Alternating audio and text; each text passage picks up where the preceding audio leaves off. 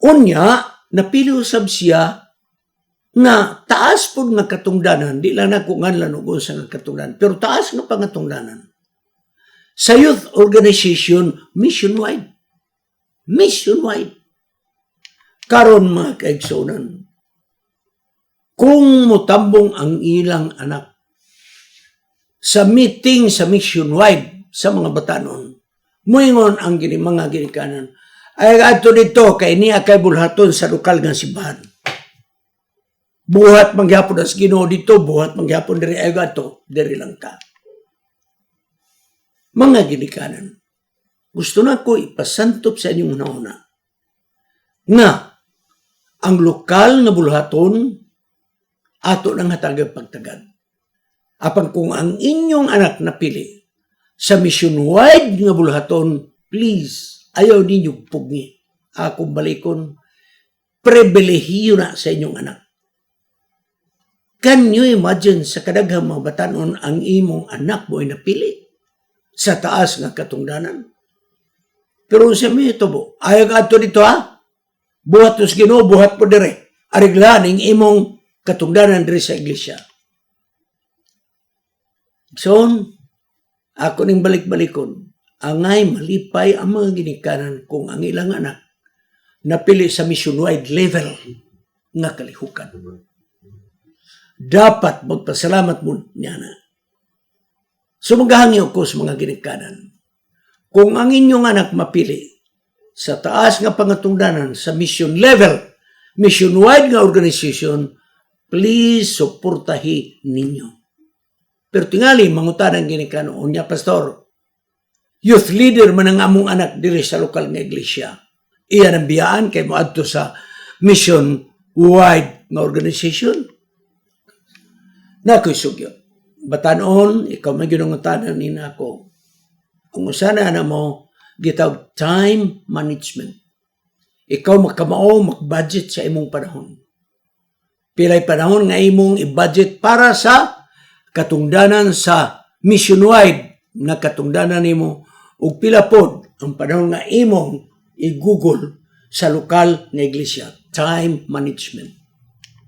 Sunod, ang lokal nga iglesia, mag-develop ka sa ubang mga batanon na may mong leader. Aron imong ika-delegar, imong ika-deputize ang imong katungdanan. Dili kay mula kaurapod ka dahil nagkayamukat mga batanon rin nagkayagaw kay way nagdumala. No. Una ka mo adto sa taas nga katungdanan sa mission, i-organize una nimo ang imong lokal nga simbahan. Mangita ka o bambatanon, imo nang i-train nga mahimong leader usab. Tudluan nimo kung saan pagdumala ang mao nga programa.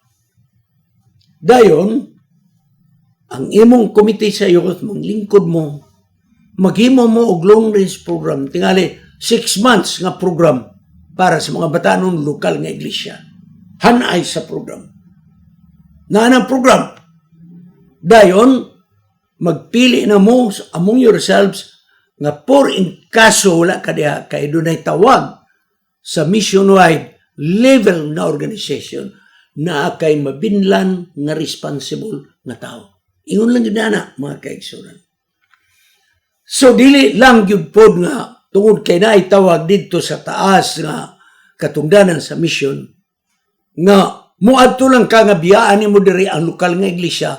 Mo tingali nga nagreklamo po di mong ginikanan kay ang lokal nga iglesia, ino na to nagkayagaw kay walay leader. So kung balik ko na, time management.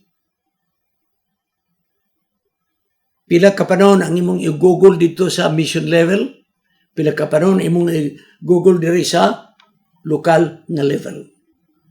Unya, mag-train ka sa ubang mga batanon na in case wa ka diya, sila magkamaw mo dumala sa programa. Third, magbuhat mo kauban sa mga youth leaders diha og long range program. Kanang sulaton gyud ninyo, may inyong sekretary, unsay programa nato niya ng Sabaduha. Unsay ato emphasis niya ng Sabaduha. Dahil na leader, kini nga Sabado ikaw magdala. Sa sunod nga Sabado, ikaw na, delegation. Delegation. Mayroon ko nga kini nga bata noon, naminaw, o ang mga ginikanan na ako balikon, maghangyo ko ninyo, kalipay ninyo nga ang inyong anak. Napili sa taas nga katungdanan sa mission level. Pagkanindot mga kaigsoon. So mga ginikanan, supportay ninyo, inay nga inyong pugngan ang inyong mga anak nga dinilang ka. Kay ni ay lokal na simbahan, wala, hindi ka-regular. Nabalaka ang ginikanan tungod kay nilakaw po tingaling anak, walay gibilin nga programa sa lokal nga iglesia. So minaut ko nga kini atong mabalance. Ayog diding imong anak ang mga tungdanan sa taas-taas nga pangatungdanan. Apan samtang mo adto sa taas nga pangatungdanan, daan siya naghanay sa programa ug dunay iyang gi-appoint niya na. Mga kaigsunan, kining tanan buhat sa Ginoo. Apang kung doon na taas nga katungdanan nga hatag ka na to, ayaw ninyo balibari. Dawata ka na ninyo.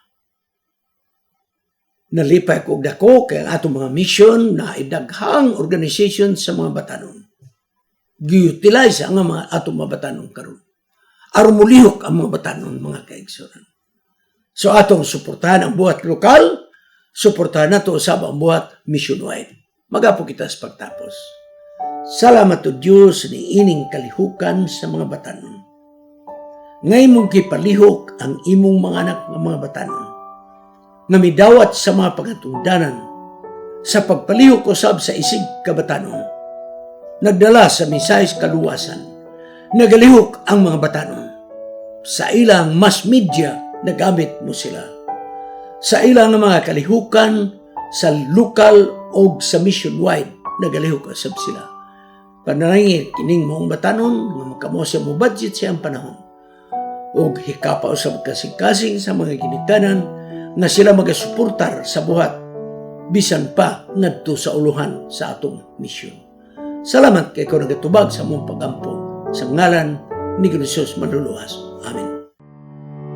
Kining inyong higala si Pastor Wendell Munggaya Serrano nga inyong igsoon usab magkapadasig sa matag usa kaninyo sa pag-like, pag-share, labaw sa tanan sa pag-subscribe sa atong YouTube channel ng pangalan Wendell Munggaya Serrano ug ayaw kalimot sa pag-click sa notification bell hangtod sa sunod nga higayon magkita na usab kita.